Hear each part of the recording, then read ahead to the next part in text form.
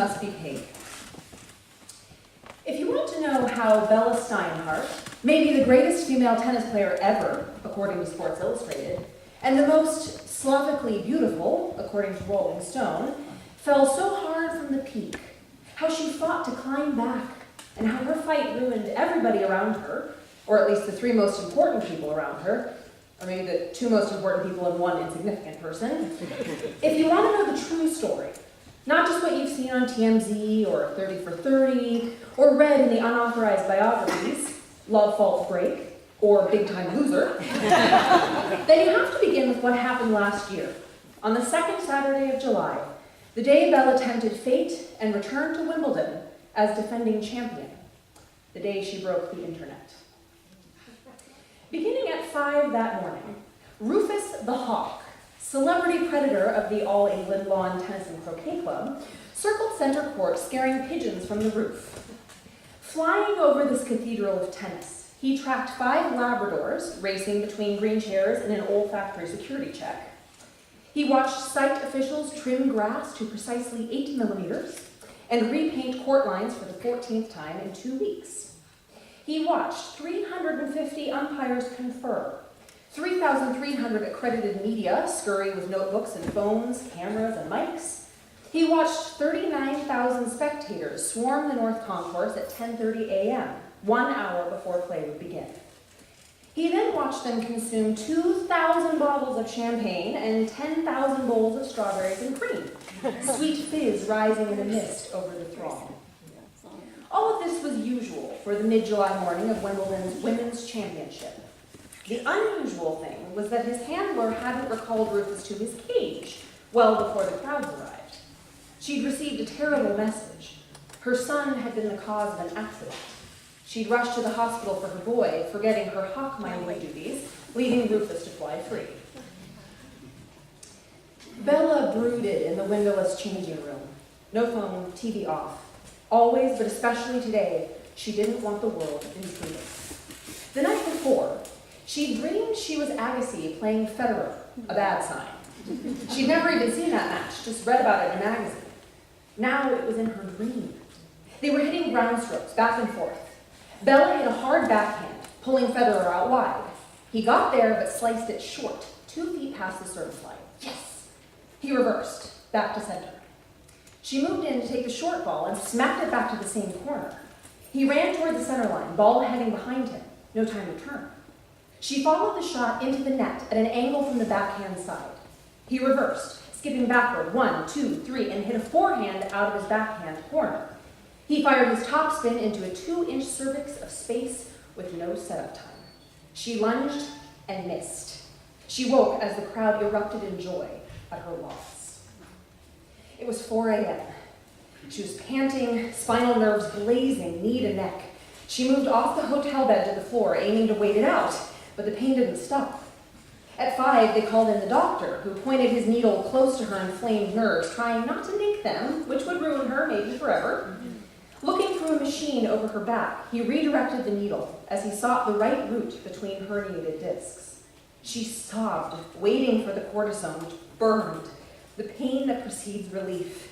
Then it pressed, finally filling her spinal space, insulating Bella from her nerves. She'd never had the shot so close to the start of a match, but she had no choice. She'd had pain for 8 years, ever since she was a 17-year-old world champion. Sprains, strains, tendinitis, plantar fasciitis, hamstring, hip flexors, stress fractures, sciatica. But this pain was different. Almost nothing could touch it. She couldn't stop thinking about it, even now that it had receded on the brink of the match. Her mother, Edie, glided to her seat in center court's player's box, spine straight, long arms taut in a sleeveless cream Alexander McQueen sheath, geometric hair slashing forward from the nape of her neck toward her cleft chin. Enough silver woven through the gold to show she understood she wasn't her daughter Bella's age. So many women made that mistake, trying to be the age of their daughter. She knew the glamour and power of 45 was greater than that of 25, at least for someone like her, with no unwanted dimples or folds. Though one spurned gossip columnist wrote she was best seen from a distance, as her cheekbones were so high and round they pushed her eyes into a squint, making her look like she was perpetually assessing the people around her, like Clint Eastwood, Dirty Harry. Dirty Edie, the colonists called her. Between her and her front row seat were her daughter's team: doctor, coach, chiropractor, acupuncturist, trainer, psychologist, massage therapist, agent, stringer, publicist, nutritionist, chef, clothing representative, and husband, Ray, all of whom had signed legal documents vowing muteness. No speaking about Bella to anybody ever. Bella wouldn't have that. They all rose as Edie approached, backing into their seats to make room, nodding as she passed, supplicants communally constructing the ceremonial scaffold required by Bella's context. But then Edie saw an extra. Who was this? A phosphorescent-toothed ingenue who wasn't giving her a wide enough berth. The girl gaped at Edie as at a comet. In an unprecedented interruption of ritual, the girl extended her hand to shake Edie's. "Hello, Mrs. Steinhardt, I'm Trudy. I've been waiting to meet you." Who brought this girl? Edie didn't accept her hand, looking pointedly around her instead to her seat down the row. She had to get back to the process. It was her job. She was stepping in front of the girl in too little space, pretending this hadn't happened, that her habitual path hadn't been altered, when, in a fateful confluence, the acupuncturist standing next to the girl gripped her elbow, pulling her backward just as Edie pushed by, creating some kind of atmospheric imbalance which caused the girl to fall, waving her arms as if she were trying to fly. Somehow, the girl didn't just fall into her own chair, but over the back of it, into the crowd behind her, yelling, "Oh!" as she went. Because the players were not yet on court, the cameras were already trained on Edie. Commentators discussing her dress, her purse, her sunglasses, so that when the girl went backward and down, they were there to record what must have looked like Edie shoving the girl out of her way. The crowd gasped at the scene played out on the Jumbotron. She looked up at the screen, at the giant faces of announcers laughing at her, then a replay of the girl falling. Through her humiliation, she perceived the optics, thought she saw an announcer say, "Dirty Edie." She acted swiftly, leaning over the chair, helping pull the girl up, squeezing her hands when she was safely seated. "I'm so sorry, so clumsy of me." Of course, the girl glowed, obviously more pleased by the attention of the famous tennis mother than harmed by the fall, and apparently also pleased to appear on the Jumbotron. The cameras recorded the girl kissing Edie's smooth cheek and Edie hugging the girl, squeezing her eyes shut and smiling at their communion over this honest mistake. God, disaster averted, is what Edie thought at first. Then she thought, no. She botched her liturgical descent to the player's box, which was supposed to be the first of several unvarying gestures she'd complete to ensure her daughter's win. In most things a practical person, Edie knew intellectually this was ridiculous. The way she took her seat had no impact on the way her daughter would play. Bella was in charge of her own performance. But still, as a former athlete herself, with other also relevant experience, a small but important part of Edie's brain was still dedicated to magical thinking. There was a luck involved in winning, no matter how hard you prepared. You had to manage the luck in addition to the preparation. It was part of the preparation. "I've ruined her magic," she thought, taking her seat. Bella's coach turned and patted her knee. "Don't worry," though Bella's husband, Ray, did not. "Fuck up," is what Ray thought, Red blotching his Celtic neck. Not that he believed in Edie's voodoo ticks, but even a passing shadow could spook his thoroughbred wife. She was a person whose circumstances had to be managed. His opposite. He thought, not for the first time in his marriage, that coming up from blue-collar stock wasn't always a disadvantage. When they had kids, there was going to be none of the coddling that had made Bella so goddamn sensitive. Edie looked down on center court to see the linesmen arriving in Von Trapp-style clothing. The English loved their uniforms. On the Jumbotron, the giant broadcasters twisted left and right, manically laughing, amping the battle to come. Clouds parted, sun spotlighting the court as the tarp was rolled back and net posts hammered. The suited official returned to Bella's changing room. "The umpiring linesmen are ready," he said. Her nemesis, Katie Barish, stood at his side. He'd come for Bella last. She was champion. They followed him through the hall toward center court, Bella silent, nauseous, Kate prattling, What's the state of the turf? What's the crowd like today? Shut up, Bella thought. He's leading me to the gallows. Edie watched Bella and Katie come onto the court, waving at the audience, bowing at the royals' boxes. Kate clapped her hands 3 times and wiped them on her skirt. Bella's hands made the strange motion people always tried to decode, her left hand holding an invisible onion, her right hand wielding an invisible knife, mincing perfectly. Kate blew a kiss at her box.